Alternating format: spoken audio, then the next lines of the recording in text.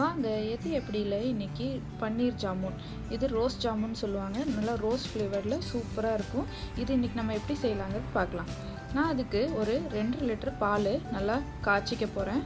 இப்போ நல்லா இது கொதிக்கிற ஸ்டேஜில் தான் நம்ம லெமன் ஜூஸ் ஆட் பண்ணணும். நல்லா கொதித்து வரட்டும்.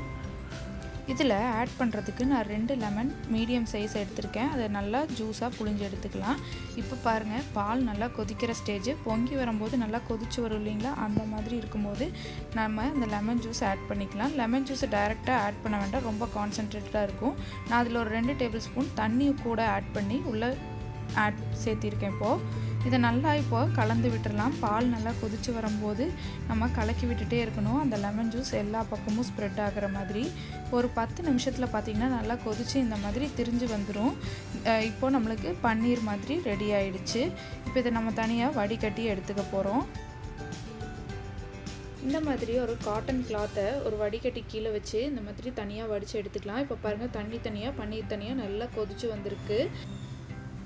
இந்த மாதிரி வடிகட்டி எடுத்ததுக்கப்புறமா லெமனோட புளிப்பு டேஸ்ட் அதில் இல்லாமல் இருக்கிறதுக்கு கொஞ்சமாக குளுந்தண்ணி விட்டு அலாசி எடுத்துக்கலாம். அலாசி விட்டதுக்கப்புறமா இந்த மாதிரி நல்லா தண்ணி இல்லாமல் புழிஞ்சு எடுத்துக்கணும். இதை அப்படியே ஒரு பைப்பில் கட்டி வச்சோம் அப்படின்னா தண்ணி நல்லா சொட்டிடும். பாருங்கள், தண்ணியெல்லாம் நல்லா வடிஞ்சு நல்லா திரியாக அப்படியே உதிரியாக வந்திருக்கு. இந்த அளவுக்கு நம்ம அதில் உள்ள தண்ணியை நல்லா ட்ரைன் பண்ணி எடுத்துக்கணும். இப்போ இது கூட நம்ம ஒரு டீஸ்பூன் அளவுக்கு கார்ன்ஃப்ளவர் மாவு ஆட் பண்ணிவிட்டு நல்லா அமுத்தி பிசைஞ்சிக்கலாம். கார்ன்ஃப்ளவர் மாவு எதுக்கு ஆட் பண்ணுறோம் அப்படின்னா, அது பிரிஞ்சு போகாமல் இருக்கிறதுக்கு. நம்ம ஜீராக்குள்ளே போடும்போது அந்த திரியாக உள்ளது பிரிஞ்சு போகாமல் இருக்கிறதுக்காக நல்லா சேர்ந்து வரும். அதுக்காக நம்ம இப்படி சேர்த்து நல்லா அழுத்தி பிசைஞ்சிக்கலாம்.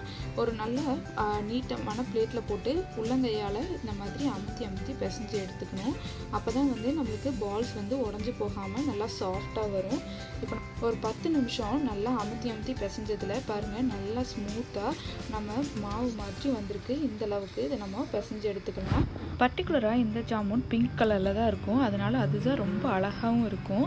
ரோஸ் கலர் நான் ஃபுட் கலர் ஆட் பண்ணியிருக்கேன். இது சேர்த்து நல்லா பிசைஞ்சு எடுத்ததுக்கப்புறமா பாருங்கள், நல்லா பிங்க் கலரில் பார்க்கவே ரொம்ப சூப்பராக இருக்குது. மாவு நல்லா சேர்ந்து வந்திருக்கு. இப்போ இதை நம்ம குட்டி குட்டி பால்ஸாக உருட்டி எடுத்துக்கலாம். ஒரு உருண்டை எடுத்து நல்லா ரவுண்ட் பண்ணிவிட்டு அதைய வெர்டிக்கலாக தேய்ச்சிங்க அப்படின்னா இந்த சிலிண்டர் ஷேப் வந்துடும். இந்த ரோஸ் ஜாமுன் பார்த்திங்கன்னா இந்த ஷேப்பில் தான் இருக்கும். ஸோ அதே மாதிரி செஞ்சால் ரொம்ப அழகாக இருக்கும்.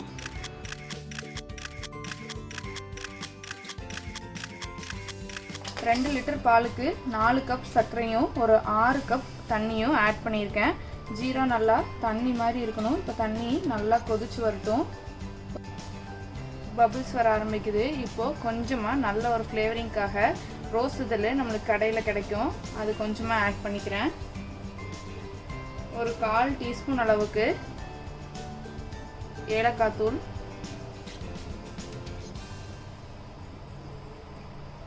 ரோஸ் எசன்ஸு ஒரு டீஸ்பூன் அளவுக்கு ரோஸ் எசன்ஸ் ஆட் பண்ணிக்கலாம். இதுதான் நல்லா அந்த ஜீராவில் இறங்கி அந்த பால்ஸ்லேயும் நல்லா இறங்கணும்.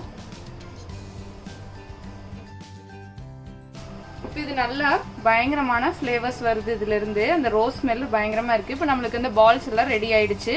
இது ஒன்றா தள்ளி அப்படியே போட்டுக்கோங்க.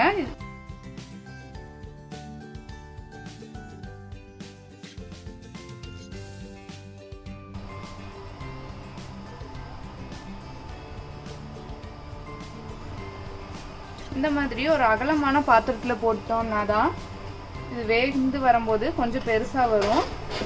இது வேகிறதுக்கு நம்மளுக்கு நல்லா டைம் கொடுக்கணும். இது இப்போது நல்லா இந்த ஜீராவில் வேகணும். அதனால் ஒரு 5 நிமிஷம் மூடி போட்டு ஹை ஃப்ளேமில் வச்சுக்கலாம். அப்புறம் ஒரு 10 நிமிஷம் மீடியம் ஃப்ளேமில் வச்சுக்கலாம். இது நல்லா வேகட்டும். பாருங்க, இப்போது ஒரு 5 நிமிஷத்துலேயே நல்லா உப்பி வந்திருக்கு, நல்லா பெருசாகிருக்கு. இந்த மாதிரி அகலமான பாத்திரத்தில் போட்டோம்னா தான் அதுக்கான ஸ்பேஸ் கிடைக்கும். இப்போது மீடியம் ஃப்ளேமில் வச்சு ஒரு 10 நிமிஷம் இது நல்லா வேக விட்டுக்கலாம். நல்லா அந்த எசன்ஸ் எல்லாம் உள்ளே இறங்குறதுக்காக. இப்போ இன்னொரு 10 நிமிஷம் மீடியம் ஃப்ளேம்லேயே இது அப்படியே கொதிக்கட்டும். இப்போ 10 நிமிஷம் நல்லா கொதித்து ஆற விட்டு வச்சுருக்கேன். பாருங்கள், நல்லா கலரே சேஞ்ச் ஆகி அந்த எசன்ஸ்லாம் ஊறி இருக்குது.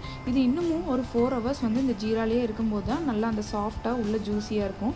இப்போ நம்மளுக்கு சூப்பரான ரோஸ் ஜாமுன் தயாராகிடுச்சு. உங்களுக்கு இந்த ரெசிபி பிடிக்கும்னு நினைக்கிறேன். பிடிச்சிருந்தா லைக் பண்ணுங்கள், ஷேர் பண்ணுங்கள். மறக்காமல் எது எப்படிக்கு சப்ஸ்கிரைப் பண்ணிவிட்டு கூடவே பெல் ஐக்கானையும் ப்ரெஸ் பண்ணிவிடுங்க. இன்னொரு நாள் எது எப்படி செய்யலான்னு பார்க்கலாம். பாய்.